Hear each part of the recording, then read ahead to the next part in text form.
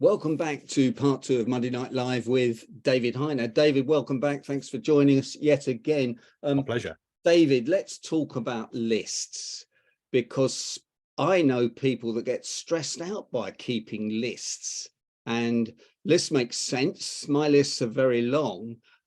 What's the secret about lists? And I like to knock a few things off my list to start off with to get some momentum in the day. And I think you think that's wrong from your body language. Clearly, that's a big mistake.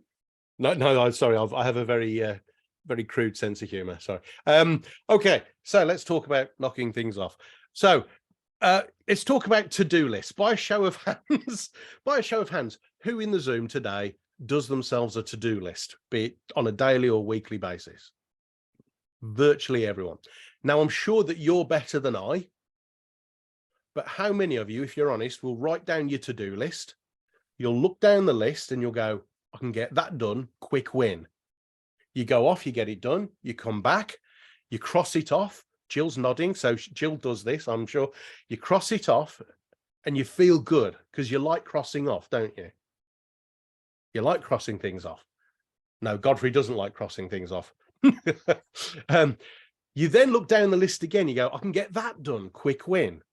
You go off, get it done, come back, cross it off, you now feel smug. Then, when there's nobody looking, you write something on the list you've already done, just so that you can cross it off. Now, I can tell for Alex and for Godfrey, that's abhorrent. Now, you guys are obviously much better to-do lists than most people, but most people will do the easy stuff first. And that's why at the end of the day or the end of the project, when your time, energy, motivation and resource is at its least, we've got the sprouts left to eat on our to-do list. If you use reverse psychology for your to-do list and just simply, it's called the 1/3 of 1% rule in emotional intelligence, giving 5 to 10 minutes a day to increase your productivity by 1/3 of 1%. And for 5 to 10 minutes at the beginning of every single day, eat one of the sprouts on your to-do list. Do the hardest, scariest tasks first. That way, when everybody, Godfrey's with me now, at the end of the day, when everybody else's goal is getting harder, therefore yours can only get easier. When your time, energy, motivation, resource at its least, you've done the hard yards, your day gets easier. Now, eat the frog, Nigel, absolutely. Now, this you might say is simple, simplistic. We've all heard this before. Top achievers live by little things like this, and yet we know it. I'll be honest, I'd love to know how many people in the room do that. Or do we get sucked into the comfort calls with clients? The ones that make a nice coffee and have a nice biscuit for us when we turn up? Do we get sucked into playing solitaire on our computer instead of connecting properly with contacts and prospects on LinkedIn? Do we take for granted our knowledge and our skill set? I mean, as speakers, and I know there are some coaches and trainers in the room and consultants. Is there anybody else in the room who, like myself, every single year invests something in the craft of delivery? I meet so many supposedly top class speakers, coaches, trainers, consultants who say, oh, I don't need to work on my delivery. I've been doing this years. I know it's good. I go, really? Yeah. The top achievers, they constantly, everyone goes on about the personal development books. The biggest consumers of personal development books are successful people. I could keep you here for a week with true stories about it. So to-do lists are fantastic if we do the hard yards first. It doesn't matter whether it's a daily to-do list or a massive goal. Structure your timeline of tasks into do the hard stuff first, the stuff that scares you, the stuff you've been putting off doing. That's how I advise everybody to do a to-do list.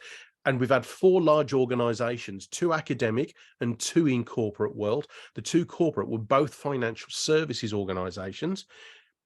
Derek, you worked in financial services. You imagine the impact financially this has on a team. We had 4 organizations test and measure the impact of general day-to-day productivity by doing their daily to-do lists the way I've just suggested. The average increase in productivity was 26.5%. Wow. Yeah. 26.5% just by doing your daily to-do list and eating the frog or the sprout first. And yet we all know it. How many of us are doing it?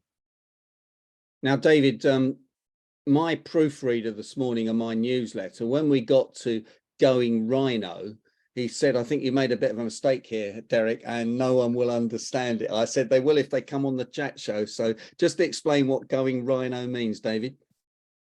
Okay, talking about personal development books, I sometimes, as an icebreaker question when I'm interviewing top achievers, ask them, is there a book, not that, oh, that's a good book. I mean, is there a book that's changed your life or business? And out of any biography, autobiography, business book, strategy book, personal development book, the number one most common book quoted is a guy by an American author from California called Scott Alexander. And he wrote a book in 1980 called Rhinoceros Success. Now, being from England and from Birmingham, I'll be honest with you, it's the kind of book that makes me think that's everything that is wrong with the world of personal development and learning. It's a cheesy book. It's a thin book. It's got large print, lots of pictures of cows and rhinos, and it's just this rah-rah motivational book. But if enough top achievers say that's the book for me, and many of them, more than you could imagine, said that's the book for me, I made myself read it. Now, I'll be honest, if anyone wants to read it, it is popular psychology. There's not a lot of hardcore, well-researched stuff in there, but it is incredibly motivating as a book. And so I tracked him down, interviewed him. I said, what's it about? And Derek, he went, cows and rhinos. And I went, yeah, please tell me there's more to it than that. And he said, yeah. He says, a figure he made up, by the way, later proven to be true by positive psychology. He said, 97% of people behave like cows, 3% behave like rhinos. Cows hang around in a little herd where they feel safe, comfortable. How many here hang around with the same people all the time where they know they feel safe, comfortable, and secure? Cows look over the fence and they go, I want to go there. I want to achieve that. I want to be somebody. But they're afraid to have a go in case they fail and their herd laughs at them. So they, to quote the classic, you know, they always do what they've always done and they always get what they always got. And to quote Scott Alexander, he says, they chew grass, they moo, and they get milked. Except he didn't say that. My British Reserve is flinching now, because what he actually said was, they chew grass, they go, milky, milky. I said, sorry? And he went, milky, milky. I went, okay, bad metaphor. I get it. Cow's bad. What about the other 3%? He went, rhinos, Dave. Now, the rhino sees what it wants. It charges at it. The rhino is mistaken as an elephant because an elephant treads on things and people to get to where it's going. A rhinoceros charges at the goal, or the Land Rover, metaphorically speaking. What I want, the world of positive psychology, though, not only proved those stats to be true. 3% of people in most walks of life out-achieve the 97% massively. If you want honest statistics, it's 2.5 to 3%, less than 3 in most cases. They say that 3% outperform everybody else massively. And yet the truth is that 3% of the time we fail, we have bad days, things go wrong. The truth is that 97% of the time we settle. We say that'll do. We settle for mediocrity, realistic and achievable, when we're capable of 97% of the time being better than we allow ourselves to be. 3% of the time, I bet there are everybody in this room, you've had moments in your life where you were exceptional, and in that moment you went rhino. You felt great. Maybe it was in service to a God, a community, a company, a client, a family member, a true friend. Maybe it wasn't in service. Maybe it was about a big deal you secured. You went massive on it. Maybe some of you have authored a book, sporting prowess, or you've just done something incredibly awesome. And in those little moments, you went rhino. The truth is that most of us who have not got a disease or a disability of our brain are capable of doing that 97% of the time. We don't, because it's hard work. Really. Crystal clear, David. Crystal clear. I've got 2 more questions before we wrap up. Fire away. Number one is, Let's start with this one, because it's a worrying statistic that children, you talk in schools a lot, and children are more scared than they've ever been. And I don't mean children, I mean teenagers and people at university. Why is that? I can only speak from the UK's perspective because I haven't worked internationally in schools since the lockdown. But in the UK, there were always one or two kids in every school who were greatly challenged or had massive adversity and weren't very resilient. But I am seeing a borderline tsunami epidemic of a lack of resilience, emotional and mental well-being, and the number of kids that are genuinely struggling these days. He's through the roof, and it breaks my heart, I'll be honest with you. And a head teacher said, David, there's 4 year groups. If you're working internationally, I don't know how this works for you, but we've got 2 exam year groups and then a 6th form, or I think they may be college years. So those 4 year groups are the most vulnerable and at risk at the moment. They're very quiet, they're withdrawn, they're scared, they won't have a go in the same way they used to. And I'm generalizing. We all know that there are kids who are awesome, kids who are really challenged, but the bulk in the middle. The bulk in the middle are terrified and they're quiet, they're withdrawn.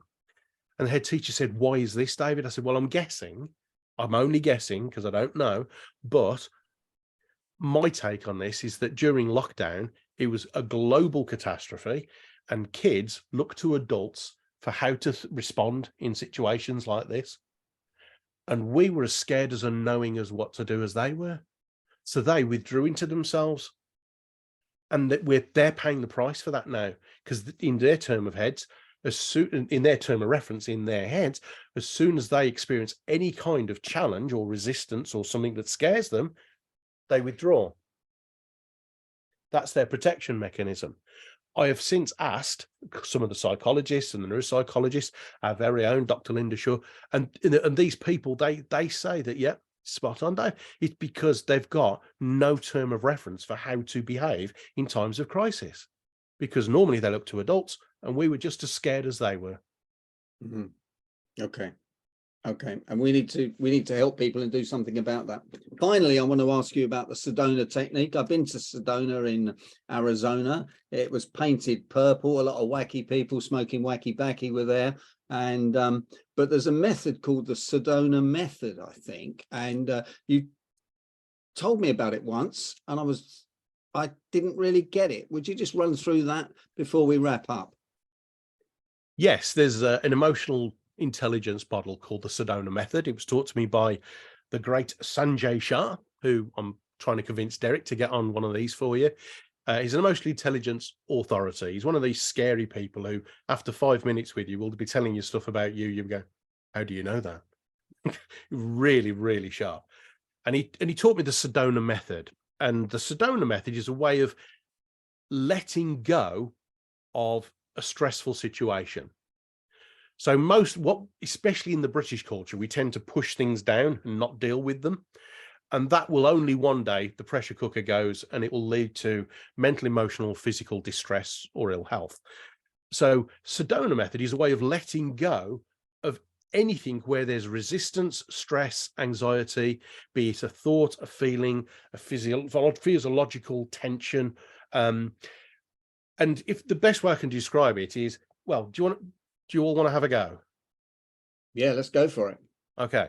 So if you don't want to have a go, that's fine. If you do, grab a pen or something that won't hurt you or break, and just hold it gently in your hand.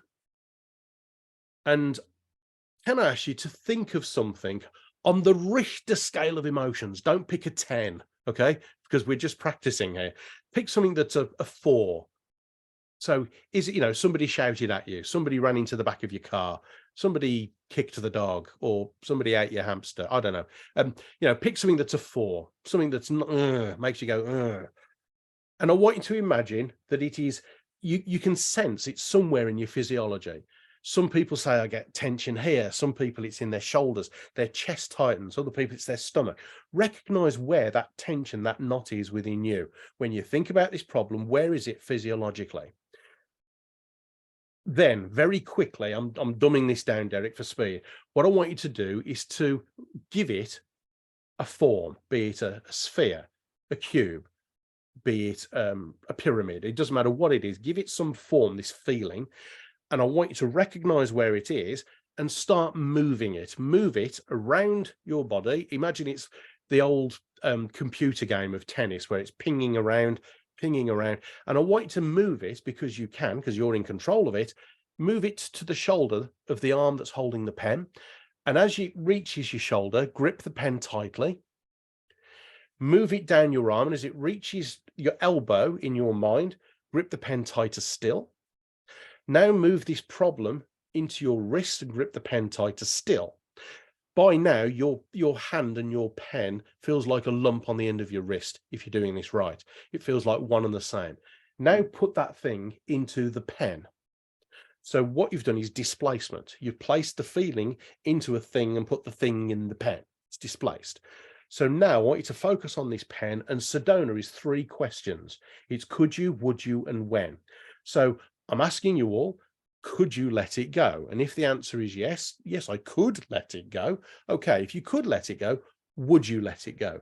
What are you gaining from holding on to this tension? And if you could let it go and you would let it go, when? And if the answer is now, you take a deep breath in, and as you breathe out, you actually let it go. If you're dealing with something that is on a big scale, maybe it's gone down from a 10 to a 4. Maybe you can't let it go yet. I've worked with people who've been sexually abused and raped, and they're not ready to let go of it yet because it's sadly, part of their identity. So I get them to put it in their top pocket. And then later on, we try and take it down from a 4 to a 1. But you can let go. It's called letting go. It's called the art of letting go. Sedona method lets go of tension, anxiety, stress, negative feelings, physiological feelings. And it is such a quick way of reducing that pressure cooker. I hope that answers the question, Derek. Yeah, it does, David. That's fantastic. And we're out of time, David. Will you come back and join us again another time? Because that's been an absolutely sensational 2-part interview today where we've taken a lot of things away. And I was just thinking, there's so many people on this call live and watching it on YouTube, listening to it on the podcast, where they should be using some of this to help other people, passing it on. That's the whole purpose of us meeting today, to pass some of these techniques onto younger people who are suffering from lack of resilience at the moment, etc. So David, can I thank you so much for joining us, and can I ask members of Monday Night Live to thank you in the normal way? Thank you so much, David Hyner. And how do people get hold of you, David, if they want to talk to you? If they spell my name right, put me in Google. I'm over it like a rash you don't want to speak to the doctor about. Very easily found. davidhyner.com or YouTube. There we go. David, thanks for joining us. And will you stay on for a little while, please? Be delighted. Be delighted. Thank you, David Hyner.